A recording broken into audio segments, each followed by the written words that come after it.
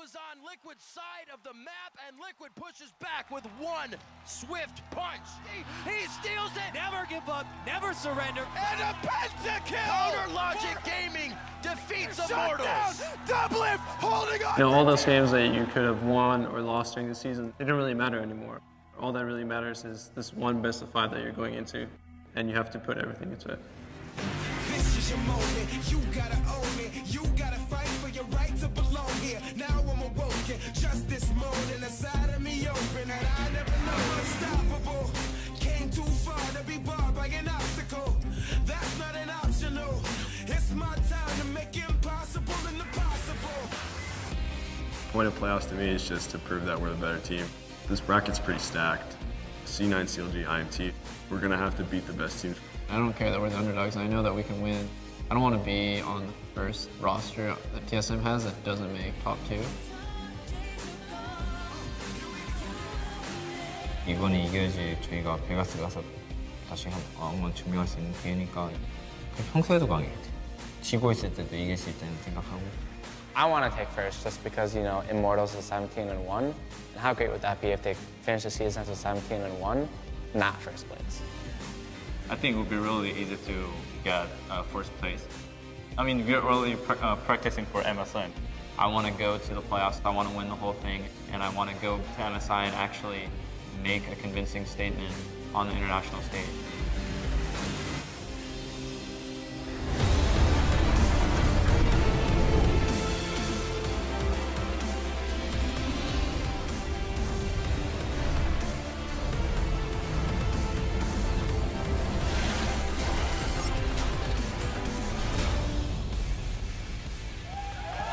Welcome to day 1 of the North American LCS Spring playoffs and our first quarterfinal showdown. The regular spring season is done and 6 teams are left to battle for the title of North American champions. Fans both inside and outside are hyped up and ready to see their favorite teams battle it out. TSM are returning to playoffs yet again, but they have quite a challenge ahead of them in this first best of 5. They'll be going up against Cloud9, who you can see here walking to the stage to set up for today's series. Now, hello everyone, I'm James Dash Patterson. Thank you for tuning in for today's action. And spawning on the analyst desk, we have Mark Zimmerman, Aiden Zyrene Moon, and David Freak Turley. Gentlemen, we made it to the postseason. How does it feel?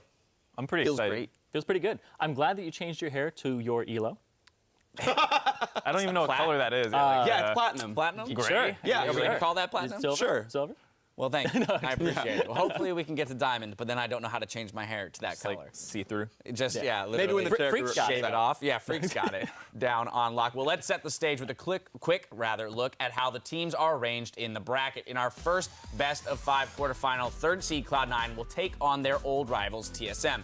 And heading to the bottom half of the bracket, Liquid are set to take on 5th seed Energy Esports. Now, there can only be one NALCS champion, but for the rest of the teams, there is still a fat stack of championship points just waiting to be divvied up. Now, these teams will bank those championship points, which will have a big impact on determining who represents the North American region at Worlds. As you can see there, 90, 70, 30, 10, or 50, 30, 10, and 10. None to the teams in 7th to 10th. Finally, just a quick reminder that playoffs will be played on patch 6.6. So we'll see how that affects. We already saw Gragas in the top lane there in Europe, so definitely a little bit of, as well as the Maokai, some changes in the meta. We'll see how that affects today. And no Aurelion Sol.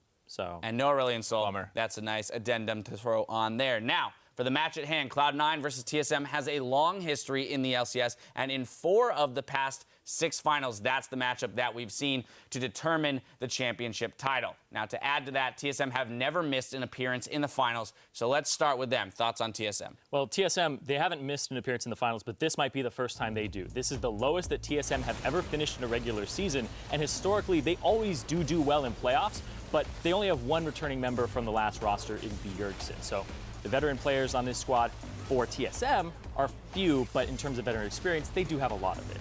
Yeah, it's a really interesting situation where they bought on a whole bunch of talent, and in fact, Reginald talked all about this with, you know, the Drive piece that came out last week, where, you know, he just bought the biggest and best players. Yellowstar, top 4 at Worlds, might lose in quarterfinals in NA, right? Like this is a matter of the entire roster actually coming together properly, figuring out what style is going to work for all of them. And as you mentioned, Aiden, with the fact that only one player is returning, it's actually a lot of what Reckless was saying as well with the new Fnatic is the first half of the split was figuring out how do we even play together? Like, what is the identity of this team? It's not just give Bjergsen the farm because you got Doublelift. And you've got a shot calling Yellowstar who's not a, all about Febiven sort of player. So coming together and the last 2 weeks of practice now for TSM are just very important for them. Yeah, and I've actually heard some grumblings that they're actually looking really well, or looking really good in scrims, and I'm excited to see if that actually translates to the stage because TSM has a very try-hard mentality in scrims, so it could be the kind of thing where they're just like extra super try-hard and they're performing well in scrims, and taking it to the stage could be where they struggle. Well, I also know that they're performing with well done.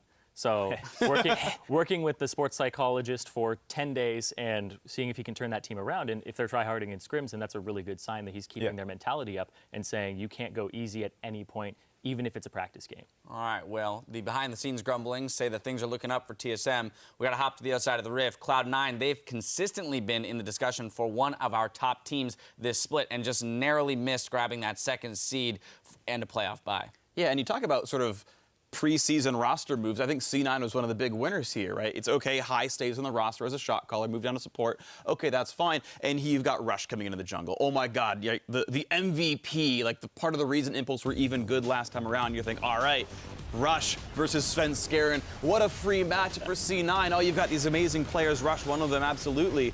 And the stats back it up, actually. Svenskeren has been part of First Blood twice in 18 games for TSM. Meanwhile, Rush is just, you can look at the numbers there. He's done so much for the team. High KP for him, just a lot of amazing things. And that's a matchup you expect to go really in C9's favor. Yeah, I think it's going to be the driving force for the early game. What's interesting is TSM with Bjergsen and Doublelift have two of the most lane-dominant players at their positions. Both of them lead their positions in CS differential at 10. And yet it's Cloud9 actually who has the second highest gold lead at 15, and it's coming off the back of him. Yeah, exactly. You're talking about how Bjergsen and Doublelift both have the highest CS differential in lane. Well, actually, Jensen leads all mid laners pre-15 minutes in kills. Right. And so does Sneaky. Bjergsen actually has the lowest kills pre-15 minutes, averaging 0.22 of all mid laners. So basically that just points to these teams are finding gold advantages in very different ways. Exactly. TSM, they're out farming their lane opponent, harassing them a little bit, but C9 are actually having team fights and grouping up and having a lot of explosive action in the early game, and they're the second bloodiest team, very slightly behind Immortals.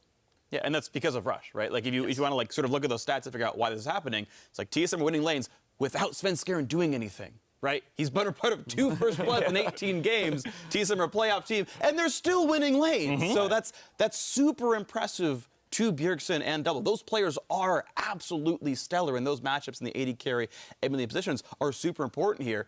But again, the kill leads, right? Rush is tipping those back in C9's favor, right? They're getting these gold leads because of him. It's going to be very interesting stylistic matchups. Now, we've broken down a few of the players to watch, but we want to know who you think will have the biggest impact today. So send your players to watch in this series to @LOLesports and use the hashtag NALCS so we can share a few later in the day. Now I want to cut to the chase, though, gentlemen. Predictions for who you think is going to move on to the semifinals, and maybe a brief explanation as to why. I'm going to go with the upset. I think TSM might win. I think they'll win 3-2. It's really hard to Come on, say it with conviction. Yeah, TSM's going to win 3-0. Boom. All right. 3-2. Locked it in. Let's not get insane. I just think stylistically it's very interesting. We kind of touched on it where like they have really good players, TSM. They're all performing individually very well, and it's about getting together as a team. And I think that's what makes them so scary coming into the playoffs, having a very, like we said, try-hard mentality. If they get on the same page, they are capable of upsetting here. And I think they might do it, and that's why I'm going with them. Yeah, we know the ceiling for that team is incredibly high, and they've worked with Weldon for 10 days, and we've been blind for what they've been practicing for 2 weeks as well as a patch change. So it's very hard to call this one. I am going to give it to TSM as well. Okay. Ooh. I think that Cloud9, they are actually the lowest wards cleared and wards placed team. So I think that TSM, they're going to be a little bit safer. Cloud9 takes more risks, and if TSM are on top of their game, they'll be able to exploit that and come out with a victory here. Right, but Freak, who needs wards if you're just killing everybody, right? Yeah, so I'm going to go with C9 for this one. I think Cloud9 is better. And actually, it's funny. So you guys mentioned ward stats. Yes, High is the league failer in terms of wards placed per minute, wards killed per minute. And High defended this actually on stream once, saying, yeah, but if I place wards in the right spots, they're not getting cleared. I don't have to replace them. Now, I'm not saying that's necessarily the correct assessment. He was also a really bad warder when he was a jungler as well. Not as a mid laner, though. Yeah, he was like, well, Yeah, that's so individual weird. wards. He just clicks the button, doesn't do anything, and he just assumes they're there in his inventory. But here's the thing. They've had bad ward stats all season, and yet they slaughtered TSM, by comparison in the second half of the split here. So C9 coming in better shape via all public perception here with arguably stronger players and better team synergy, and I think that's going to just be what it takes for the playoff. It's those 2 weeks, though, that scare me because we haven't seen anything from these teams. Their prep, if you come into a playoff game and if you're having just one bad day or your team hasn't prepped and you get into game one and you go, uh-oh, they're playing something different, it completely throws everything off. So it's a little bit of a toss-up here. It could go either way, but yeah, we're kind of split here. What do you think, Dash? Well, if you're honestly asking me what I think, I'm going to tie us up, and I'm going with Cloud9 on this one. I'm going to reserve my judgment because we're ready to get into game, and we'll discuss it as the games continue. But that unknown element that you talked about, that 2 weeks, to me is why these best-of-5s are going to be so interesting. Now, without further ado, let's kick it over to our casters to get the games underway. As we go, though, Double F says now that TSM has made playoffs, the real work is about to start. It's kind of bittersweet because I'm happy that we made playoffs, but I'm not really happy the way we did it.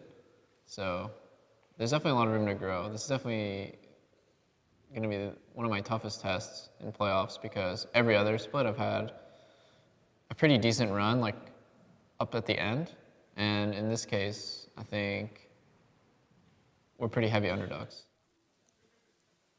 Interesting words from Double Lift. Hello, planet Earth. I am Rivington Biz in the third, and along with me, the Masters of Diamond, Joshua Jat Leesman and Kind Boy, Sam Kobe Hartman Kensler. Why you gotta do that, Riv? I just dropped out of Master like 2 days ago. I was in there for months. The Master of Diamond, You man. bring it up. Don't have to worry about it. You're so much better. I'm tilted already. Doesn't matter. Let's take a look at the teams with a quick roster rundown and get into this matchup. On the blue side, it is going to be Cloud9. That's Balls in the top lane, Rush in the jungle, Jensen in mid, Sneaky at AD carry, and High at support with Coach Lemon Nation. And on the red side, it's TSM. Up top is Haunter. In the jungle, Sven Skaren. Mid, Bjergsen. AD carry, Double Lift. Support, Yellow Star. And Coach Parth. Yeah, Parth is back this week. He was out temporarily, so Reginald now again still very involved with the team, but in the backstage. It will be Parth doing the picks and bans on the stage for this TSM team.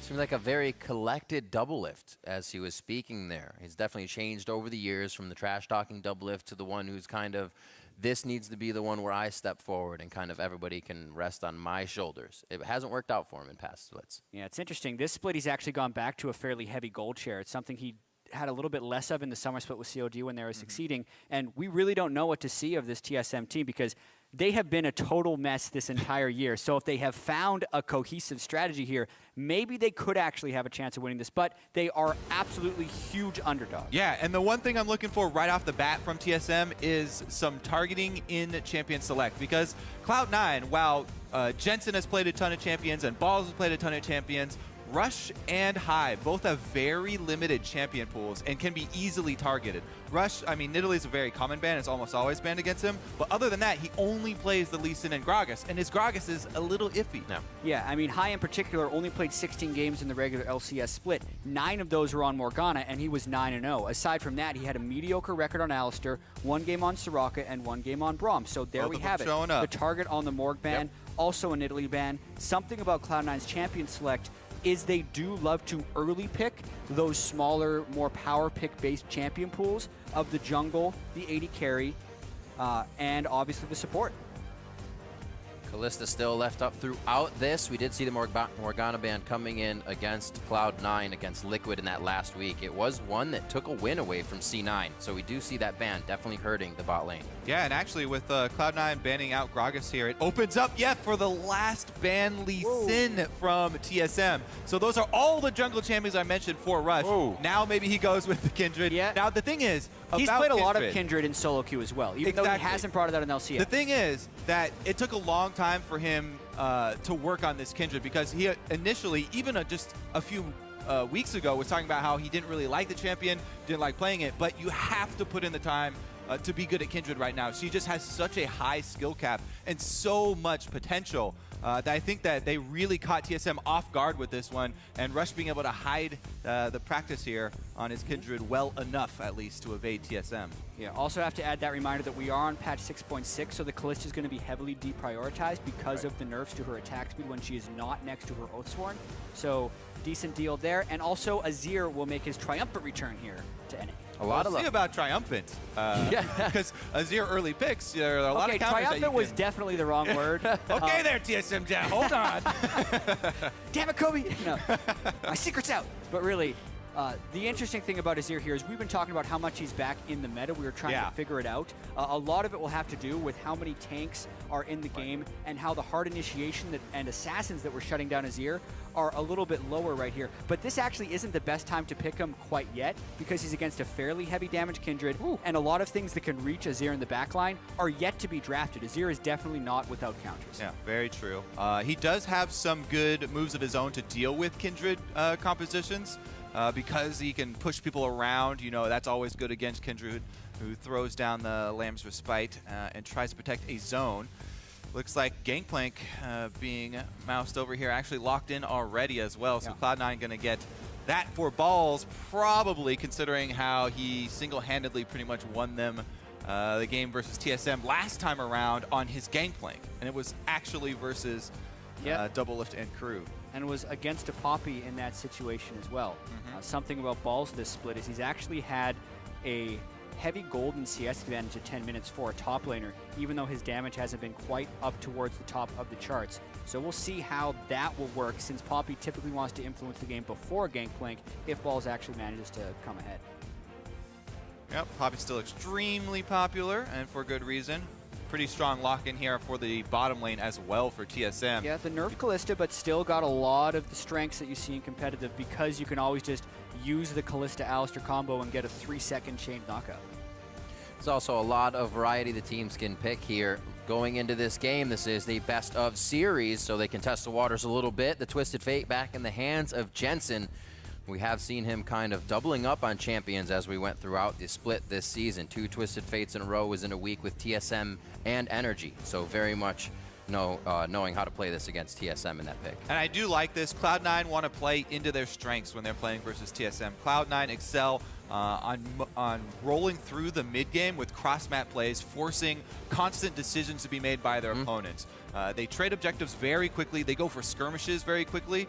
And they want to try and put pressure on TSM's communication. That's been one of the things where TSM in-game, you know, on stage, they have had mistakes pop up in mid-game and end-game teamfights, causing them to lose these big gold leads that they've been able to earn, you know, during lane phase and during the early stages of the game.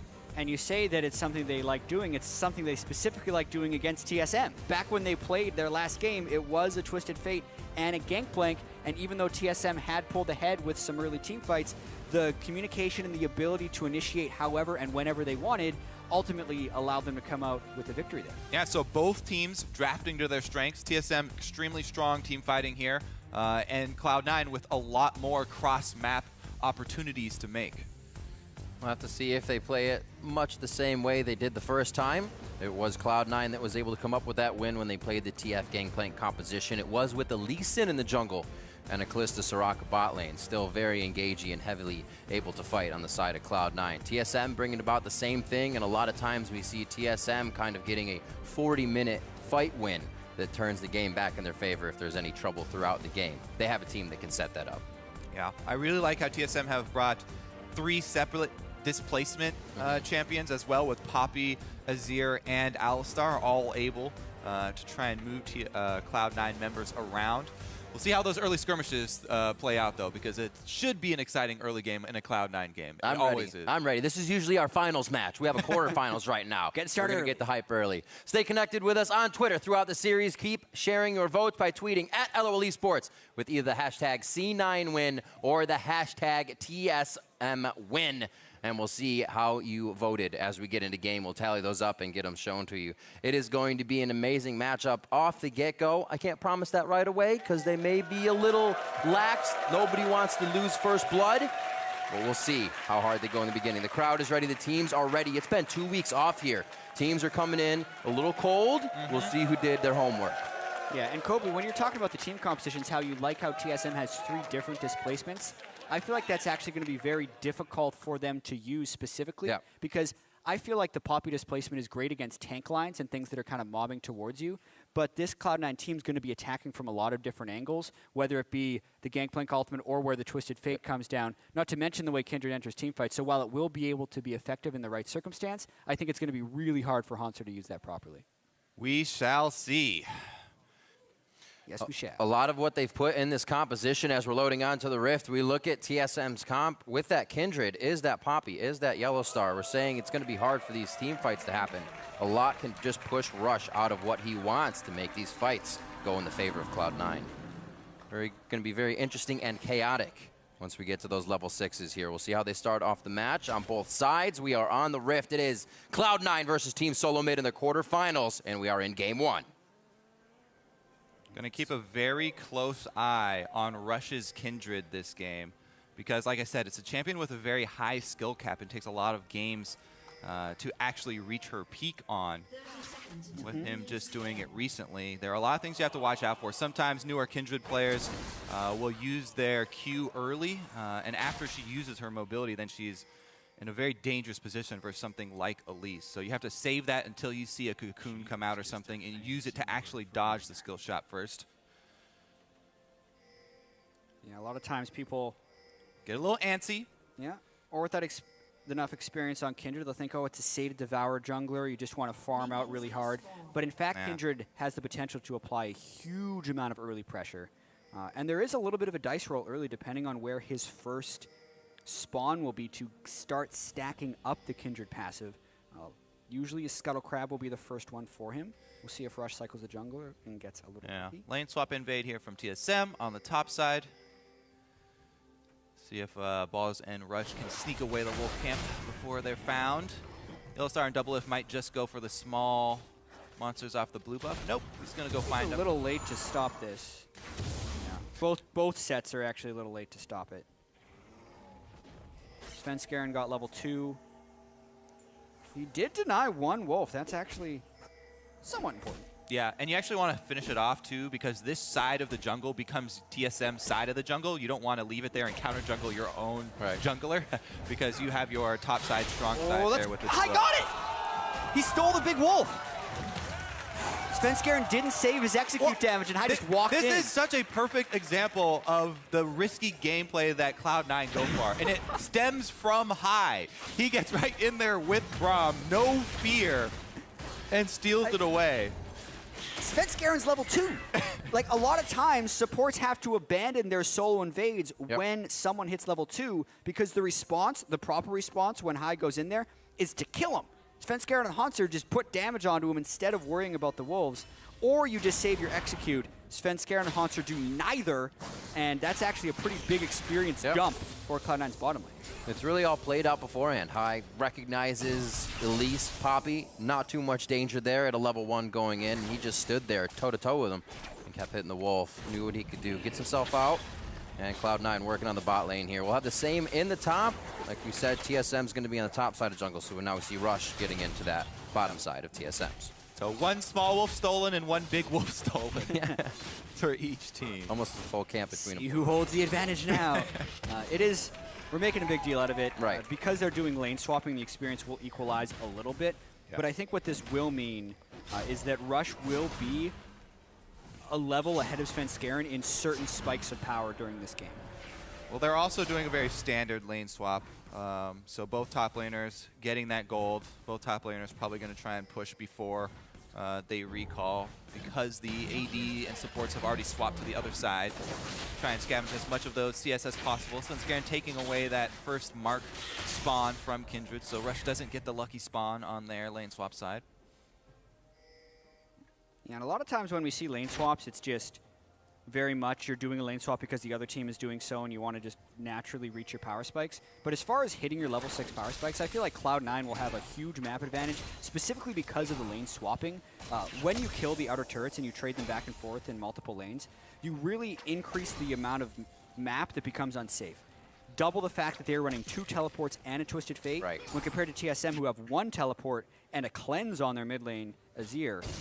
there will be a lot of playmaking opportunity for Cloud9 once level 6 is hit. Yeah, really going to have to keep track of the deep wards, because if you let one of those get through the deep lines, and the teleport turning the tides can change everything. Rush goes very aggressive here on Svenskeren. Yeah, it looks like TSM actually wanted to match the duo going to top lane, so they don't go to push as C9 went to push this top now. Let's see if there's a dive. Yeah, Svenskeren is up there early, but there is a big level discrepancy here. It's level 4, 4, and 3 against 2, 3, and 4. Oh boy. Teleport will double that number. This is going to be it.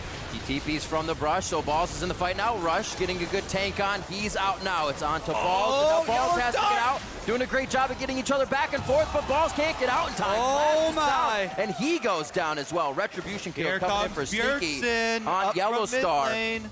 That Very dive, touch and go. Terrible. Was not clean whatsoever. They utilized double teleport, and TSM sticks in lanes for the most part as Bjergsen roams up. The fact that they were able to trade a 1-for-1 in a 5v3 with double TPs expended makes that an atrocious trade for Cloud9. Again, the high-risk plays from Cloud9. They're willing to go for the early 5-man tower dive, expending both teleports. So many resources up top, and they mess up the play. Here come the double teleports. They don't necessarily have the damage yet. First off, you don't want Rush taking Turret Aggro at level 4 because he's one of their main damage dealers in an early dive like this. And then they also don't have a level 6 Gangplank or a level 6 Twisted Fate, so the time when they're going to actually pull off that global play would be around level 6. Maybe they wanted to preempt it before TSM would expect it, and then double it up when they hit level 6 again. But that, I think, is just going to set them pretty far back with how badly that was. They don't have anyone who can tank the turret. Yeah, if anything, High should have tried to do it with Braum because he can land a Q, sit on the outside, wait until the last hit would kill him, and then back away. Rush was one of the worst options, but like you said, they didn't have many ideal options. And going into that play, Cloud9 had a significant lead. They already had a lead out of the early game. And that lead just tossed away here. So TSM very happy with that play. Yeah. And TSM fans as well, because they want to get to the point where they can group up for the team fights. And that definitely throws them back some momentum here. Rush going to make a move up top side, though. Well, Jensen is level 6. He's not quite in position to combo up with this. Funny thing is they didn't even burn double his flash during that dive. There is still that, although they did burn the exhaust and flash from Yellowstar. That gank did nothing but clear ward for Rush. Cloud9 begins to back off. We see them trying to kind of activate 6 before they're 6, and that top lane gank didn't work out too well. Here to just pretty much repair things.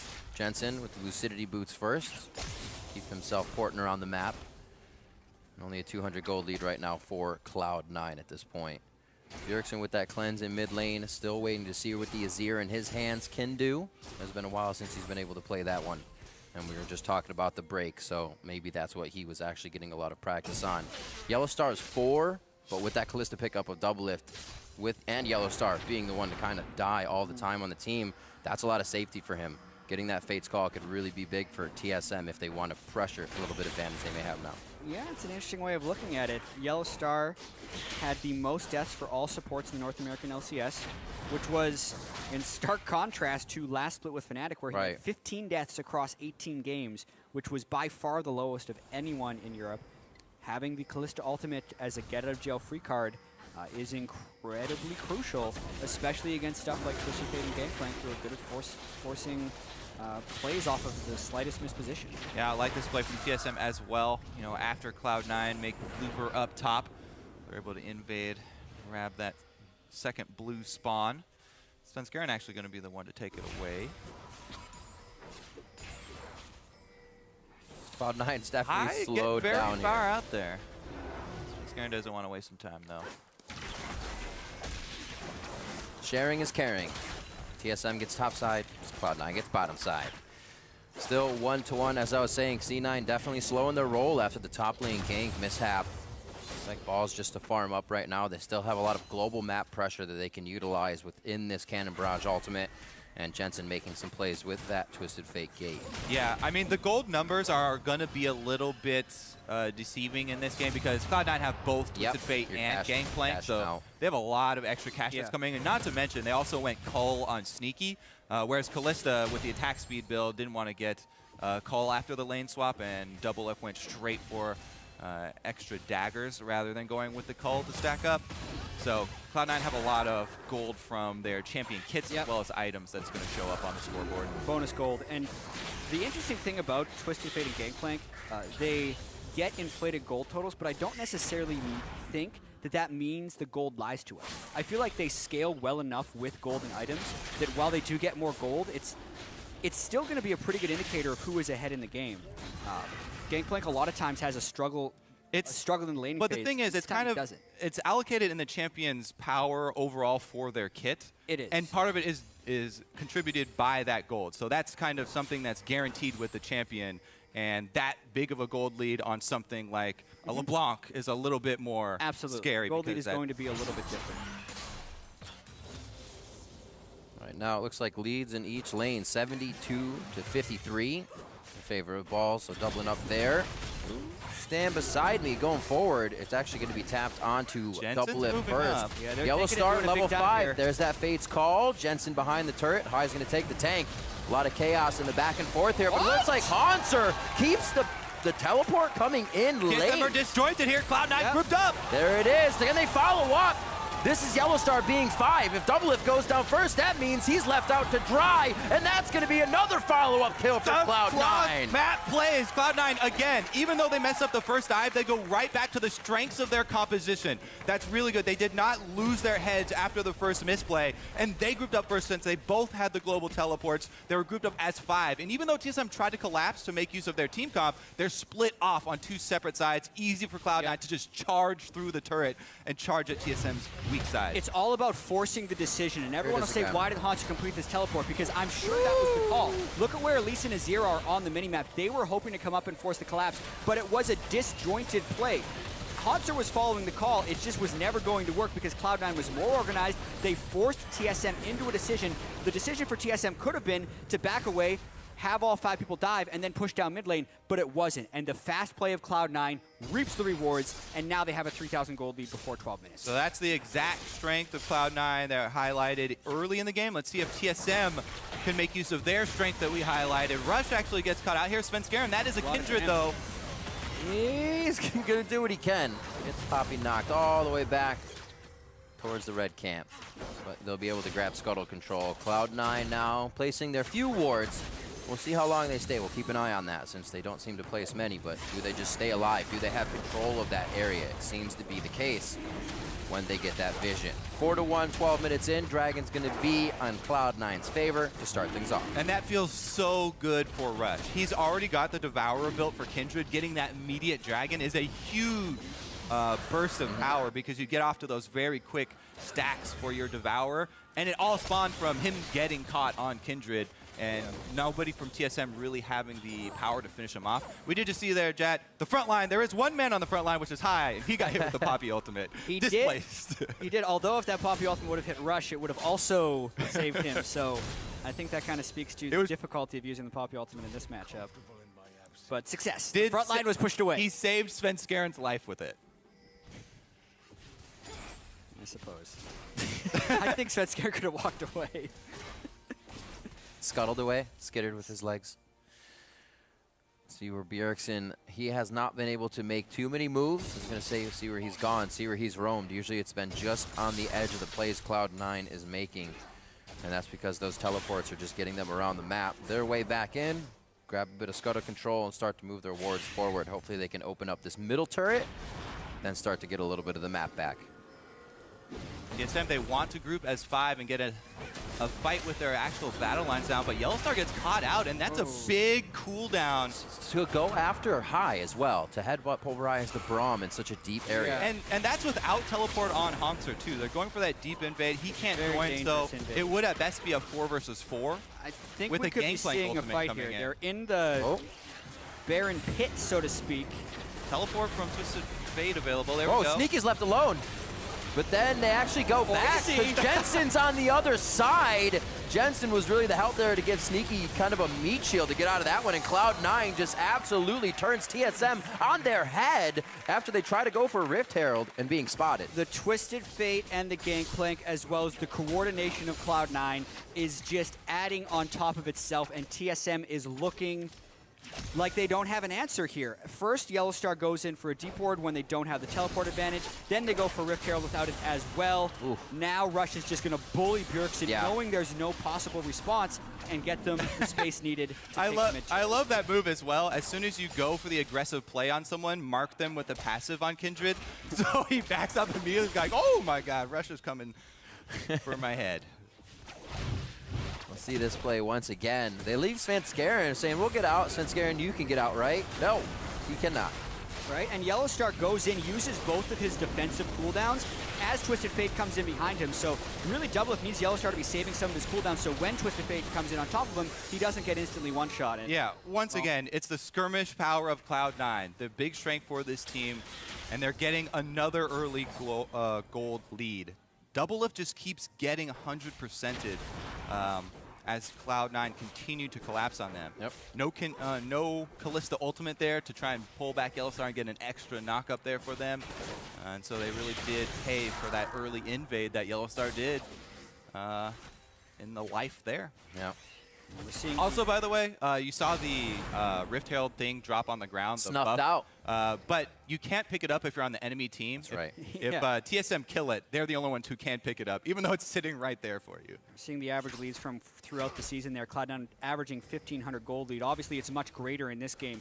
The Cull, the Twisted Fate, the Gangplank, as well as the 7 kills have made a 6,000 gold lead by 15 minutes. Yep. 4x their average throughout the regular season. So in full control here against TSM, very comfortable. And you know, even without that, we see a lot of that coming from Rush, from Jensen stepping up as Doublelift tries to step up.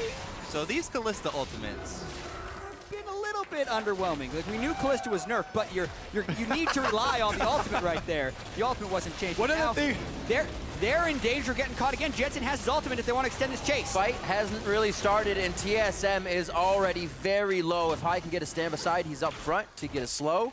There's going to be the gate. Yep. That should be a yellow card. Svenskeren will go down in this situation. The jungle is having trouble on the side of TSM to start off the series. Just got to find the straggler at this point. TSM has not been able to stay grouped, and Jensen is having a field day. 100% kill participation, 5 kills to assist. Yeah, an awkward overcommitment there by TSM for the turrets. You talked about when the map opens up, it even adds more advantage to Cloud9's composition, and they were easily able to use all the globals right there to collapse on that turret. And it's just an outer as well. Put the brakes on. Steadfast presence keeps Haunter safe, but he's low on mana. He's going to have to look to go back soon if they don't want Cloud9 to gain too much more ground here. Balls has already pressed the top wave up. C9 really working well, clearing the jungle and then prepped already in the top lane. Oh baby, the front line. Let's see How many we got? They got half of them out. You got 2? 2 to the party. But Doublelift is on the other side of the map, so it delays the push, but only for a while. Maybe this turns it into a turret trade if Doublelift wants to continue to push. But now with no pop, you ultimate a 5v3. And that's even a secondary for Yes, an outer. got to kind of run a little bit. It's the we'll wait for a mistake if they make one, but we'll give up this turret to fight at the base at this point. And that's what they're doing. They're going to give it up. Cloud9 did make a big enough of a mistake. Respite goes down, and it looks like they won't be able to finish off any of those kills after the heal. TSM just watches as their turrets get taken out. Yeah. Maybe they need to start running teleport on their AD carry. Well, that's a Season 2 strat, Kobe. I know, it actually was hilarious. Doublelift runs around, teleport, and 80 carry. Jensen, though, with the global pressure, stuffs that push. It's yet another turret trade for Cloud9. And this is the point of the game where Cloud9 doesn't have to take bad trades. That turret is still standing, Jack. That's not even a trade. That's a straight up... That's what I'm saying. They don't have to take the bad trades. They can just use some of their accumulated advantage with their teleport cooldowns and just go down there after getting the early turret. You guys are so smart. Well, Cloud9 are pretty smart as well, and it looks like they are going to circle up for this dragon here to keep those stacking. Rush. Let me check how many Devour stacks he has. He's got 28. That's going to put him over the edge 3 then. Kindred marks, and he's going for his 4th right here, which is pretty good for 18 minutes. Very good for competitive. For solo queue, you can hit some ridiculous Yeah, numbers, but 13. that's not really fair. Oh, Balls takes it right back. Because this is not yours, it is mine. Question for you, junglers. I'm glad I have both of you up here. How easy is it to actually play a game with those marks on your side? To leave it up as bait, make sure you get that Kindred. Is it almost too much to worry about to kind of bait those Kindred marks? You're talking from TSM's perspective. If the mark spawns on TSM's Say side, you get a wolf, do you bait So, that? here's the Is thing. it worth it? If you have an even game or an advantage and a mark spawns on your side, a lot of times it's decent to leave the camp up so Kindred can not get any more camps. But that's the only situation in which you leave a camp up that has a mark. You might ward a little bit ahead of it so you could use it as a bait, but that's not really something you actively think about. You're mainly just looking to win the rest of the game and deny the stacking mechanism rather than use it as a bait. Meanwhile, TSM only have one secondary turret left standing here. As Cloud9 are cleaning up a ridiculous amount of global gold. Huge ward in their jungle. You do not want to use your pulverize on high here. That's not the first time they've done it. They will take him down, but it was quite a bit to take the support out. Bjergsen trying to move forward with soldiers, but not with bodies. Looks like TSM's going to stay the guard. Well, you don't want to do that. I mean, Cloud9 don't really want to take team fights, and that was a 5-on-5 there. They do make the smart choice, though, and just sacrifice High's life. Like, you know what? We'll sacrifice that Braum. That's fine. We'll keep Balls pressing top. We'll hold on to his teleport, and we'll just take the dragon instead. So High moves up. He's the sacrifice. And shield that Alistar. They actually got a decent amount of cooldown trades there as far as ultimate goes, because once again, the ultimate from Kalista is down. And every time that's happened, Cloud9 have punished Doublelift for it. When I saw the Alistar go as a pulverize on the tank and the Gangplank ultimate go down, like I thought Cloud9 was turning a fight. And I was waiting for the Twisted Fate to come they to the very well backside. could make the call since they have so much gold to fight with. You know, you can fight 5-on-5s into a stronger team fighting composition if you have 8,000 extra gold to work with and items. You know, they can make the call to go for that teleport. But Well, they got just around that, plus extra gold in their pocket. Getting the kill. Not bad, because they weren't going to be able to contest the dragon anyway. So that was a successful pulverize by Yellowstar, for sure. This guy on your screen right here, 107 to 72, power farming along with 6 assists. Rush has just been through every lane this game, helping everybody get better. And as he said, coming into this split, you know, I kind of wanted to do my own thing. I'd take my own direction. And he another learned teleport. to take direction and calls this season. It's been working great for Cloud9. So is his kill. Yeah, I mean, no outer turret, no war control. It's the same story. There's not much Hansu's going to be able to do there, but there's also not many other places he could have been on the map to get farmed. The other thing about Cloud9 that we should highlight is how well they finish games off. In the North American LCS, a lot of teams have difficulty ending games when they get early gold leads. But Cloud9, they play so well into this cross-map style, and they've been able to finish those games off after accruing these huge early gold leads. They can continue to pressure both top and bottom at the same time.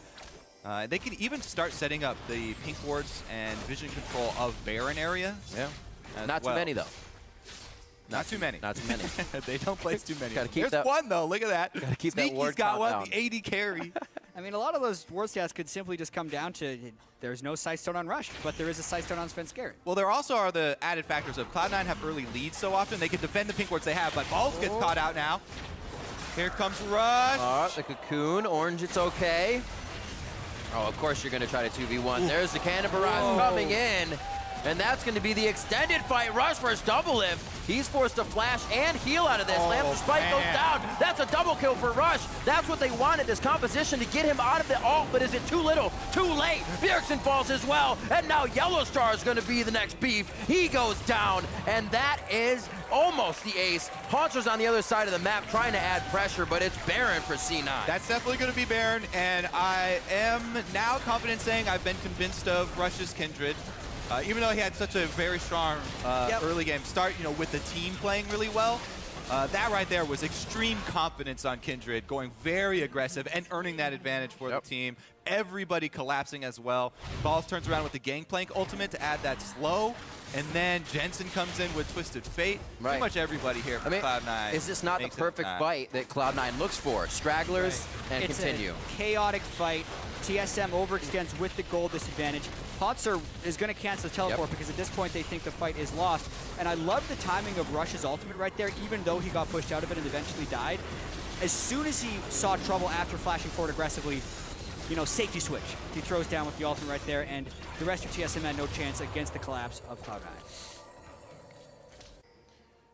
Those fights do not make it any easier on TSM side to want to take engages, to kind of want to make something happen. It really makes you sit back, wait for a mistake, and now it's really Cloud9's game to lose. Very much in the driver's seat here. Good dodge, though. 3 now onto balls. Looks like this one may finalize him. Dodge 1. But Cloud9 is on the mid lane turret. But the thing is, it's a distraction. An overcommitment there from TSM. I mean, everybody goes down bottom for balls, and obviously the inhibitor is left exposed. Let's see if they get it or if they run. They don't want to get caught in the base in a 5v4 situation. It could be high. Sacrificial lamb once again. Don't always get what you want. Ooh, Sneaky with a very nice, relentless pursuit to get himself into safety. And they're going to continue. Rush now going in. There's no turret. That's going to be a double kill for Sneaky. Looking for the triple kill coming in onto Haunser. He was in the other side of the map, and when he does come to the party, he's kicked right out. Cloud9 starting this series off on a very, very quick pace here. We expected high tempo from them, and it looks like TSM just cannot keep up. Yeah, their average game time in the regular season was 33 minutes and 18 seconds. This game's going to end much more quickly for them, and they are picking up right where they left off. Jad, you said it before. The Twisted Fate, the Gangplank composition, it was back in week 6 when they took out TSM with it. They're going to do it again, 18-5, 25 minutes in. Cloud9 takes game 1 of the series.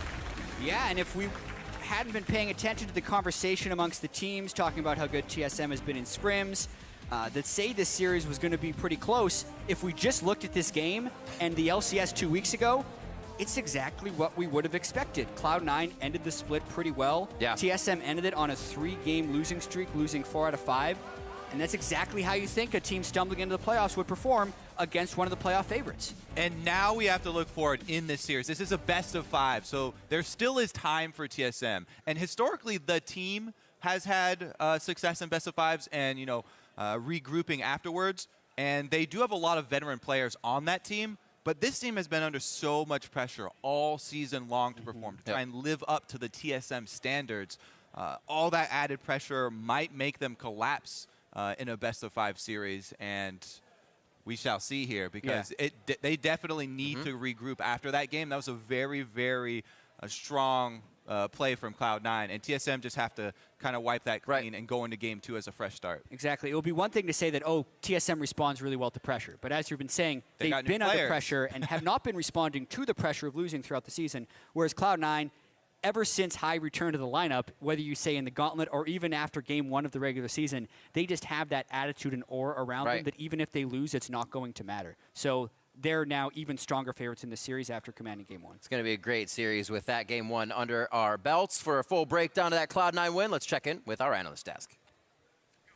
Thank you, gentlemen. 25 minutes and 30-second first game of the series. I mean, you're going to feel great if you're on Cloud9's side of the rift. You are a little bit worried if you're on TSM's side of the rift.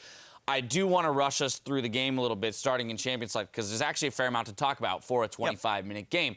We saw that TSM was looking to push Rush off of a comfortable champion. Once the Gragas was taken out by C9 themselves, TSM get rid of the Nidalee and the Lee Sin. Kindred, haven't seen him play that, and yet he seemed rather effective. Yeah, and they first picked the Kindred, and it definitely paid off for Rush. He got an okay start, and then he was able to actually get a decent amount of marks that game. But I want to talk about how it was in the draft, because you targeted Rush, and then they banned out the Gragas and said, okay, well, I'm either playing Lee Sin first pick, or I'm either playing Kindred first pick, because there aren't enough bans left, because you're banning out High's Morgana. So it's not a complete dedication to banning out the jungle, and that's what ended up biting them, because he's got that Kindred up his sleeve. Yeah, it feels bad from TSM's side where you pretty clearly prep a lot for Rush. He's their early game playmaker. They probably were thinking if we can take him off his comfort picks, we can maybe get a lead early and maybe get the new out of him. Yeah, nothing like that happened. They got destroyed. Yeah, and keep in mind, like, Svenskern's happy to play Lee Sin. He played it a whole bunch so far this year, and if you go down the tier list of junglers, Kindred is multiple steps above Lee Sin, right? Lee Sin's actually a contestable champion, so I think that was a misstep overall. But it was interesting as you play it forward, okay, C9 Rush picks the Kindred, then you get Poppy and Azir, which are arguably the two best solo, it's debatable, but arguably the two best solo laners left up at this point, and TSM gets cream of the crop, and you're like, all right, sick, like this is set up for a really good composition. And the problem is it never mattered what the comp was, because the entire game TSM just overstepped and got picked off. Right, exactly. So let's move into the game. We saw the double TP as well as having TF on your team to add a third, essentially, coming in from Cloud9. And before the game, we talked about where do these teams get their leads. Cloud9 is going to get them through kills early in the game, whereas TSM is looking to outfarm. And that's pretty much how the game played out. Early turret dive by Cloud9, traded kill for kill. It wasn't perfectly executed. But I want to pull us into our replay. 10 minutes into the game, a 3-for-0 for Cloud9. Freak, this is what you were talking about, where TSM, some miscommunication, a little bit of a misplay here, and C9 capitalized hard. Right, so you start out with the standard 2-on-2 where C9's looking to put up aggression. So you watch the first half of it, they go for the battle, and they know they have TF. They also have Rush coming in before Elise is coming in. So Yellow Star gets ulted out, right? Really smart to walk in and pulverize, bait it. TF ulties, and like, okay, flash away. But then this is the real big misplay. Haunter TP's in way the hell too early. You see, Elise and Azir are still not part of the team, so he dies for absolute free. Now they know it's a 5v4, and that makes it even freer. And you just get these kills with no possible chance of recompense. And that was the game-breaking opening. Because C9 are so damn good at playing with leads, you give them 3 kills for a misplay, that's going to be a 25-minute game. Yeah, and I absolutely love that the style that C9 is playing. They had basically 4 sources of globals there. We're able to exploit the weaknesses of TSM, right? They have a shaky foundation right now, and like I said, it's been 2 weeks, but is that really enough to actually get everything under control? Well, maybe it is against a different team, because if they're going to play global fast and loose, they're definitely going to exploit you. Yeah, TSM on your screen here, they're clearly going to have some stuff to talk about here and maybe retool a little bit going into the next game. And I'm going to come to you, Mark, because when you suffer such a crushing defeat, 25 minutes, and such a lopsided gold lead, does this cause you to question the preparation that you've put in over those 2 weeks going into a best-of-5 series? If I was TSM, I don't think I'd question my prep quite yet. If you look at how the game played out, they just couldn't get anything done, and it was more their own play than like any kind of prep concern. Like, I know they targeted Rush and he did fine, but if you look at that game, they had TP advantage for a little bit. They got nothing done. They TP in late on their own plays, and they just get picked off and die.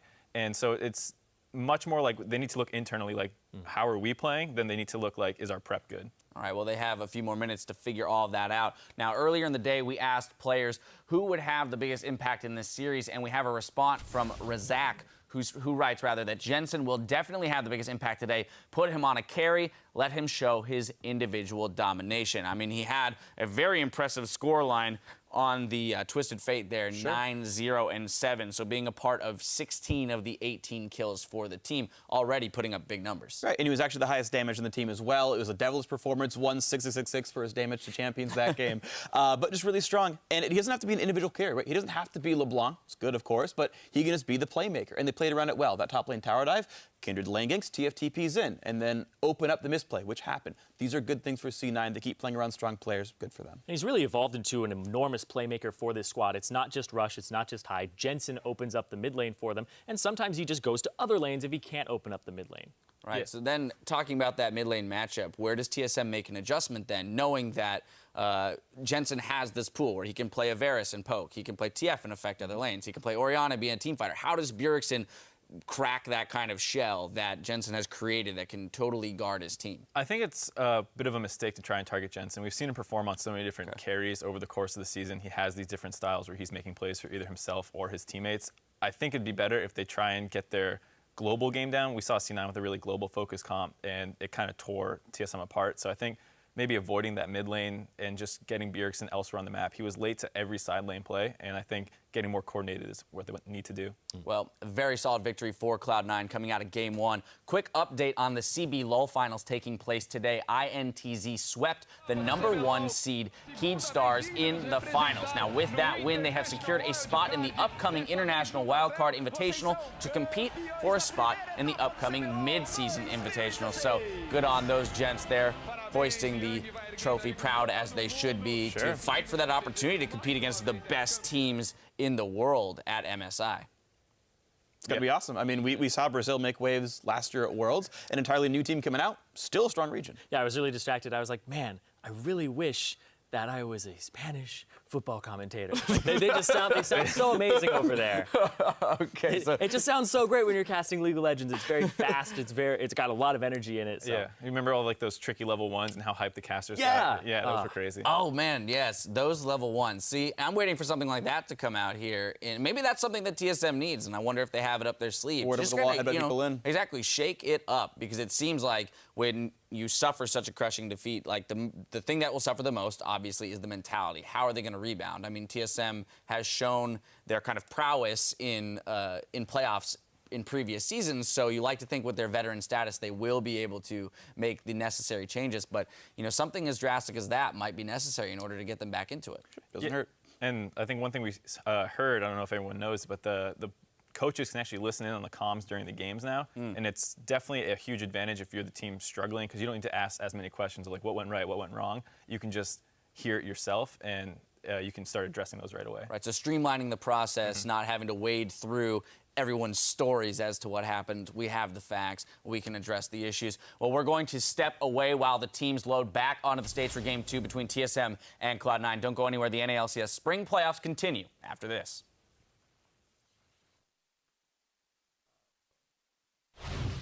As C9 advanced towards the inhibitor